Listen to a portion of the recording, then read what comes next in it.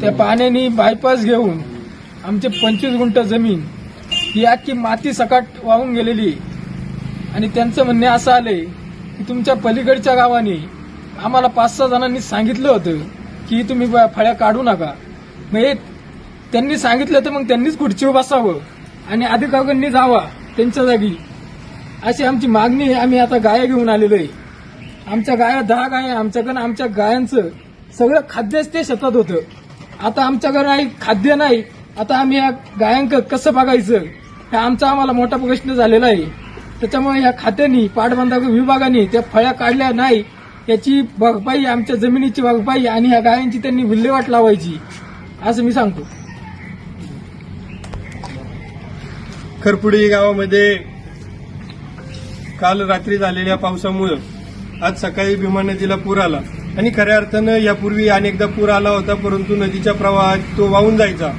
परंतु पाटबंधारे खात्याच्या निष्काळजीपणामुळे खऱ्या अर्थानं ज्या वेळेत त्यांनी बंधाऱ्याचे डापे काढायला पाहिजे होते ते डापे वेळेत काढले नाही आणि परिणामी नदीच्या पाण्यासोबत वाहून आलेली झाडं असतील, वेली असतील, या बंधाऱ्याच्या मध्यभागी अडल्या गेल्या आणि नदीचा मुख्य प्रवाह स्टॉप झाला आणि नदीच्या दोन्ही बाजूने नदी प्रवाहित व्हायला सुरुवात झाली।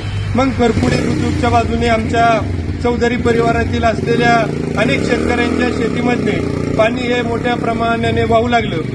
नदीच्या कडेला असलेली संरक्षण भिंत या पाण्यापुढे टिकाव धरू शकली नाही, ती संरक्षण भिंत कोसळली आणि शेतीचं जे पाणी होतं, शेतीत जी माती होती ती माती सगळी नदीच्या प्रवाहाबरोबर वाहून गेली आणि नदीच्या पात्राच्या लेवलला आज शेती झालेली आहे। शेतीतली सगळी माती, शेतीत असलेलं पीक हे संपूर्ण वाहून गेल्यामुळं आमच्या खरपुडी गावातील चौधरी परिवारावरती अनेक मोठं संकट ओढवलेलं आहे। खऱ्या अर्थानं त्यांची शेतीही गेली आणि शेतीमध्ये असलेला मालही गेला आणि खऱ्या अर्थानं ग्रामीण भागामध्ये दूध व्यवसाय करणारा हा चौधरी परिवार आणि त्यांच्या सर्व गायांचं खाद्य वाहून गेल्यामुळे त्यांच्या पुढे मोठी अशी समस्या निर्माण झालेली आहे। तरी ही संपूर्ण चुकी या पाटबंधारे विभागाने वेळेत डापे न काढल्यामुळे त्यांच्या हलगर्जीपणामुळे झालेली आहे आणि त्यांना विचारण्यात आल्यानंतर ते उडवाउडवीचं उत्तर देतात। तुमच्याच ग्रामस्थांनी सांगितलं होतं, पलीकडच्या लोकांनी सांगितलं होतं डापे काढायचे नाही। अहो, ज्या वेळेस खऱ्या अर्थानं दुष्काळ पडतो त्यावेळेस आमची लोक येतात तुमच्याकडे सांगतात की खाली शेतीला पाणी नाही, तुम्ही बंधाऱ्यातलं पाणी सोडा, धरणातलं पाणी सोडा, त्यावेळेस ते कुठल्याही प्रकारे आमचं ऐकत नाही आणि आज एवढे उदार कसे झाले? एका शेतकऱ्याने सांगितलं म्हणून त्यांनी लगेच संपूर्ण बंधारा अडवला। खरं तर SEZ सारखा प्रकल्प खाली आहे आणि उद्योगनगरीला पाणी पुरवायचं होतं, उद्योगनगरीसाठी पाणी ठेवायचं होतं आणि खऱ्या अर्थाने शेतकरी मेले तरी चालतील, शेतकऱ्यांची शेती वाहून गेली तरी चालेल, अशा दुटप्पी भूमिकेमुळे या पाटबंधाऱ्याच्या निष्काळजीपणामुळे आमच्या चौधरी परिवाराची शेती वाहून गेलेली आहे। तरी शासनाकडे एवढीच विनंती करतो, त्यांची शेती पूर्ववत करून द्यावी। झालेली नुकसान खऱ्या अर्थानं मग ते गावची नदीच्या कडेला असलेली संरक्षण भिंत वाहून गेली, त्या ठिकाणचे रस्त्याच्या कडेला असलेले भराव वाहून गेले, त्या ठिकाणी पाण्याच्या सोस टाक्या होत्या त्या वाहून गेल्या। ही संपूर्ण जी झालेली नुकसान आहे ही शासनाने लवकरात लवकर दखल घेऊन त्याच्यावरती उपाययोजना करावी ही सरकारला विनंती करतो।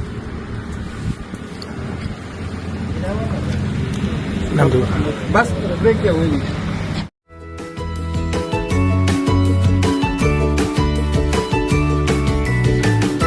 बातम्या शेतीच्या, बातम्या मातीच्या, बातम्या अन्यायाच्या, गुन्हेगारीच्या,